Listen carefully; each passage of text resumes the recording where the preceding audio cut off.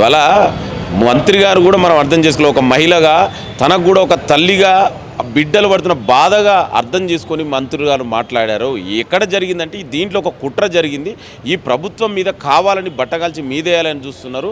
ఆ విధంగా మాట్లాడారు తప్ప ఎక్కడ కూడా. అందుకే వాళ్ళు అవును అక్కడ జరిగినటువంటి ఇన్సిడెంట్ అందరూ బాధాకరం.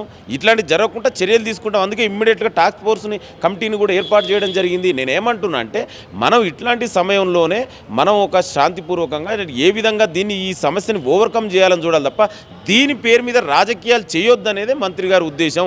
ఇవాళ దీని పేరు మీద ఎవరు రాజకీయాలు చేస్తారో మనందరూ తెలుసు. ఇవాళ బీఆర్ఎస్ బీజేపీ ఏ విధంగా రాజకీయాలు చేస్తారో మరి 10 ఏళ్ళుగా మీరు చేసినటువంటి మీ ఇట్లాంటి సంఘటనలు జరిగితే మేము ఎన్నడూ రాజకీయాలు చేయలేదే. అందుకే నేను ఏమంటున్నా అంటే ఇవాళ కేసీఆర్ బీఆర్ఎస్ పార్టీ బీజేపీ కూడా విజ్ఞప్తి చేస్తున్నా, దయచేసి పిల్లల భవిష్యత్తు మీద మీరు రాజకీయాలు చేయకండి.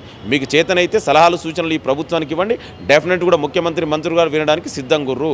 మీరు 10 ఏళ్ళు ఎన్నడూ కూడా ముఖ్యమంత్రులు మీరు ప్రతిపక్ష నాయకులు కలుసుకున్నటువంటి సందర్భం లేదు. కానీ ఈ ముఖ్యమంత్రి ప్రజాస్వామ్యవాది రాజ్యాంగవాది. డెఫినెట్ కూడా ఏ విధంగా ఈ సమస్యను పరిష్కరించాలో మాకు తెలుసు. అందుకే ఇవాళ టాస్క్ ఫోర్స్ కమిటీని కూడా ఏర్పాటు చేయడం జరిగింది. ఎట్ ద సేమ్ టైం దీని వెనుక ఎవరున్నా కూడా ఎంత పెద్ద వ్యక్తి ఉన్నా కూడా విడిచిపెట్టేది డెఫినెట్ కూడా చట్ట ప్రకారం న్యాయ ప్రకారం శిక్షిస్తాం. డెఫినెట్గా అండి మీరు అన్నట్టు ఏదైతే పేద ప్రజలు తెలుసో తెలియకో ఆనాడు ఇల్లు కట్టుకోవడం కొనుక్కోవడం జరిగిందో డెఫినెట్ కూడా ఇది ప్రజాప్రభుత్వం అండి. ప్రజల కోసం నిరంతరం పాటుపడే ప్రభుత్వం. డెఫినెట్ కూడా వాళ్ళ గురించి ఆలోచిస్తాం. వాళ్ళకి ఏ విధంగా ఇల్లు కట్టేయడమా ఇప్పుడు ఇందిరమ్మ ఇల్లు ఇవ్వడం ఇంకా బెటర్గా వాళ్ళకి ఏ విధంగా ఇవ్వాలనేది మాకు కన్సర్న్ ఉంది. డెఫినెట్ కూడా పేద ప్రజలను ఆదుకోవడంలో మీ ప్రజాప్రభుత్వం కాంగ్రెస్ ప్రభుత్వం ముఖ్యమంత్రి రేవంత్ రెడ్డి గారు ముందుంటారు.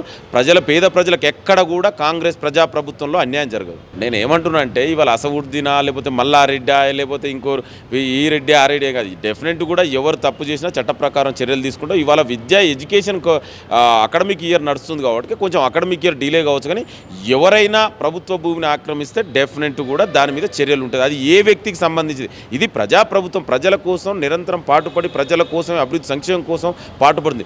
దీంట్లో తనామన భేదాలు ఏమీ లేదు. ఇవాళ మీరు ఆ విధంగా చూడాలంటే మొదటి నుంచి కూలగొట్టిందే ఆనాడు కాంగ్రెస్ పార్టీ. ఇండ్లని కూలగొట్టే మేము స్టార్ట్ చేసాం హైడ్రా. దయచేసి దీని మీద రాజకీయాలు చేయకండి. ఇవాళ దేశ ప్రజలందరూ కూడా మిగతా రాష్ట్రాలలో కూడా హైడ్రా లాంటి వ్యవస్థ ఏర్పాటు చేయాలని అడుగుతారు. పక్కనే ఉన్నటువంటి ఆంధ్ర రాష్ట్రంలో కూడా డిమాండ్లు వస్తున్నాయి. ఇవేం కనవట్లేదు ఇవాళ ప్రతిపక్ష నాయకులకు. ఇవాళ చూడ ఆంధ్రాలో కూడా హైడ్రా లాంటి వ్యవస్థ మనం చూసాం.